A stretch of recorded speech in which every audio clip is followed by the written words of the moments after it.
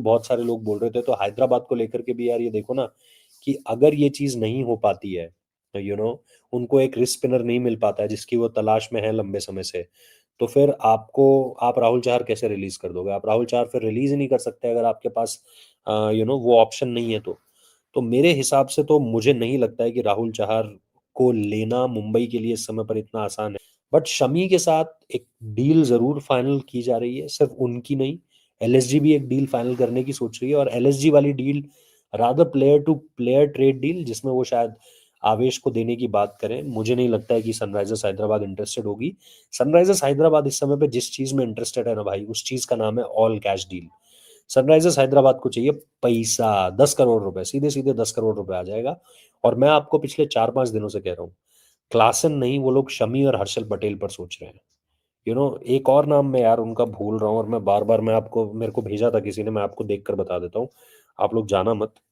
मैं आपको बताता हूँ वो किसको देख रहे हैं छोड़ने के लिए। सिमरजीत को भी मैंने सुना है कि वो रिलीज करने की सोच रहे हैं, सिमरजीत सिंह को। देयर आर मल्टीपल नेम्स यार, मेरे पास जो बताया गया था मुझे।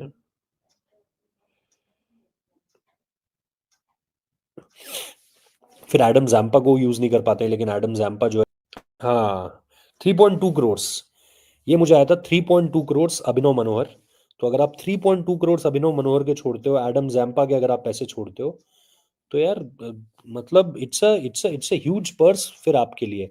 आप हर्षल पटेल को छोड़ते हो, मतलब छोड़ना मैं कह रहा हूँ, आप बाय बैक करो, लेकिन आप कम दाम में बाय बैक कर सकते हो। तो हेनरी क्लासन को छोड़ना आपके लिए क्या फायदे का सौदा होगा? लेकिन जितना पता चल पा रहा है इस समय पर, वो ये पता चल पा रहा है कि शमी को देंगे। हेनरी क्लासन को अगर देते हैं ना यार, तो ये लोग फिर कैम ग्रीन को टारगेट कर रहे हैं, ये मैं आपको सीधे सीधे बता दूं। मतलब पैट कमिंस चाहता है कि कैम ग्रीन आए उनके पास।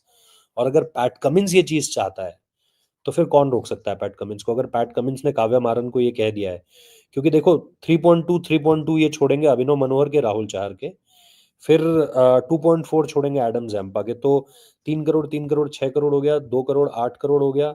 और इसमें 40 लाख, 20 लाख, 20 लाख, ये भी आपका 40, 20, 60 और 80, तो कितना हो गया? 8 करोड़, मतलब 9 लाख रुपए, 9 करोड़ रुपए तो आपके यही हो गए, ठीक है। 5 करोड़ आपको आईपीएल की तरफ से मिलेंगे, तो वो हो गए आपके 9 और 5, 14, 14 करोड़ आपके यही हो गए। उसमें फिर आप शमी को छोड़ रहे हो, 24 करोड़ आपके पास आ गए, ठीक है। फिर आप, अभी तो मैंने ये तीन ही नाम लिए, जैसा मैंने कहा कि आप और भी प्लेयर्स को छोड़ सकते हो जो जिनको आप सीधे तौर पर रिलीज कर सकते हो, उसमें सिमरजीत का नाम है। फिर ईशान ईशान का, हाँ, ईशान का नाम बताया गया था, लेकिन ईशान पे श्योरिटी नहीं है।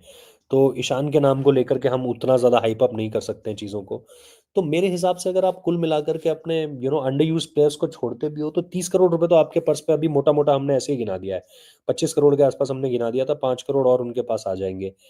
तो ये सारा मिला के अगर आप देखोगे, तो मेरे हिसाब से नॉट अ बैड कॉस्ट अगर आपको कैम ग्रीन चाहिए।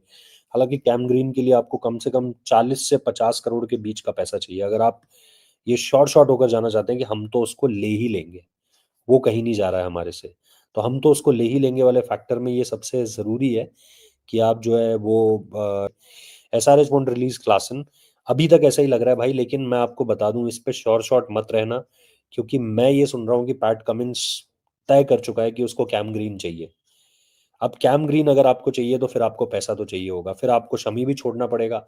फिर आप 23 करोड़ कैम ग्रीन के, 23 करोड़ आप रिलीज करोगे क्लासन के, क्योंकि वो बैलेंस के चक्कर में ज्यादा देख रहा है, वो ये नहीं देख रहा है कि नहीं यार इसको छोड़ना ही छोड़ना है।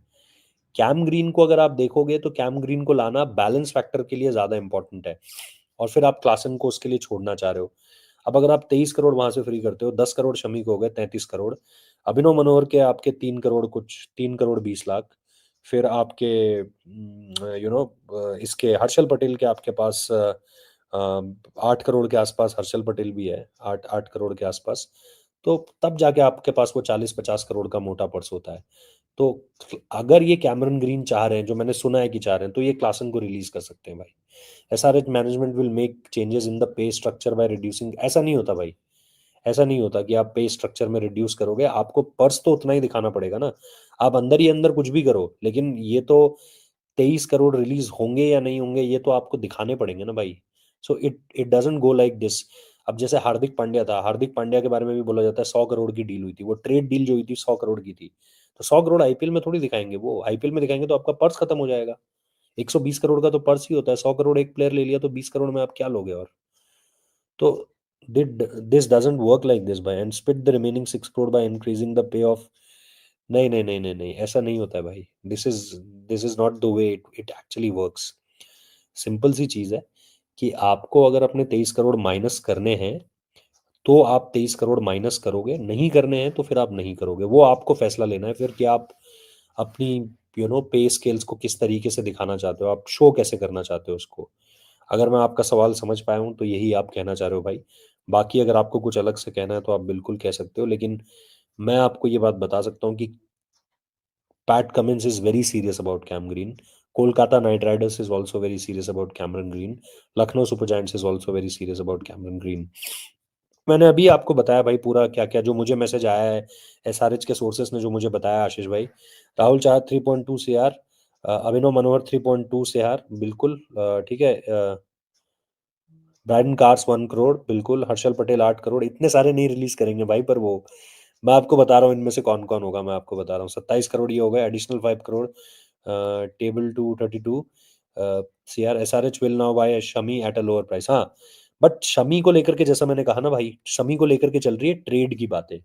शमी को करना चाहा जा रहा है ट्रेड, उसको ट्रेड ऑफ करने को लेकर के बात चल रही है। तो राहुल चाहर इस समय पर आप कह सकते हो, राहुल चाहर को लेकर के भी ट्रेड की बातें चल रही हैं। और वो एक ऑल कैश डील होगी, जो मैं आपको मुंबई इंडियंस का मैंने आपको बताया था, five five all cash deal players. तो उसमें एक नाम जो है वो राहुल चाहर का भी है। जैसे मैंने मयंक मार्कंडे का आपको नाम बताया, राहुल चाहर का नाम मैंने आपको बताया। जिसको वो लोग तलाशने की मतलब लेने की कोशिश कर रहे हैं इस समय पर।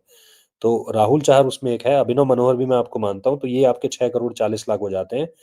शमी को मुझे नहीं लग रहा है कि आप बाय बैक कर पाओगे अगर आपने ऑक्शन में डाला, क्योंकि शमी को लेकर के अब जो इंटरेस्ट पैदा हुआ है, आरसीबी जैसा मैंने कहा, रॉयल चैलेंजर्स बैंगलोर ये चाहती है, रॉयल चैलेंजर्स बैंगलोर भी चाहती है कि उन्हें एक इंडियन फास्ट बॉलर मिल जाए।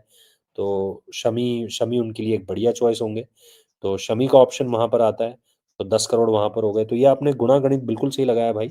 बट जैसा मैंने कहा, इतने सारे प्लेयर्स को वो नहीं छोड़ेंगे।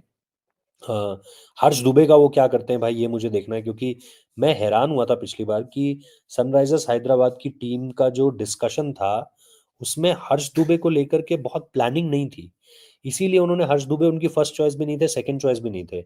अभी हर्ष दुबे बहुत तगड़ा स्पिनर है। मैं सनराइजर्स हैदराबाद वालों को बोल रहा हूँ, इसको जाने मत देना। अगर तुमने इस बॉलर को रख लिया तो मैं ये नहीं कह रहा तुम्हें राशिद खान का रिप्लेसमेंट मिल जाएगा, बट तुम्हें एक गन बॉलर मिल जाएगा भाई, एक अटैकिंग बॉलर मिल जाएगा। इस पर इन्वेस्ट करो, इसको ग्रूम करो, ये साल 2 साल बाद तुम्हें मतलब ये तुम्हें अच्छे रिटर्न्स देगा भाई। तुम्हारी आरओआई बहुत अच्छी होने वाली है इस प्लेयर के बाद। एक ये प्लेयर हो गया, अनिकेत वर्मा की जैसे हम बात कर रहे हैं, उस प्लेयर को ग्रूम करो। नीतीश कुमार रेड्डी, आई नो कि अभी उस तरीके से परफॉर्मेंस नहीं आई है, but he is a gun India player भाई। ठीक है, हाल फिलहाल में टेस्ट क्रिकेट में रन्स नहीं आए, बट बड़ा जबरदस्त प्लेयर है। ईशान किशन ने एक दो पारी खेल कर दिखाई, बट मुझे अभी भी लगता है कि अगर आप ईशान किशन को लेकर के होगे तो ईशान किशन आपके लिए बहुत बाय रहे हैं। और थोड़ा सा कॉन्फिडेंस का गेम है, बस थोड़ा सा कॉन्फिडेंस अगर उस तरह आता है तो आपको जो है वो बहुत वो भी आपको बहुत अच्छे आरओआई देने वाला है। तो बहुत बढ़िया प्लेयर्स हैं। अभिषेक शर्मा तो मतलब गन प्लेयर हो चुका है अब इंडिया का। ट्रेविस हेड आपके पास है, देन ईशान किशन आपके पास है, with Henry Klaasen by your side. But जैसा मैंने कहा ना आशीष भाई, मैं समझ गया। अब मैं ये समझाऊं कि आपने ये सब क्यों भेजा है।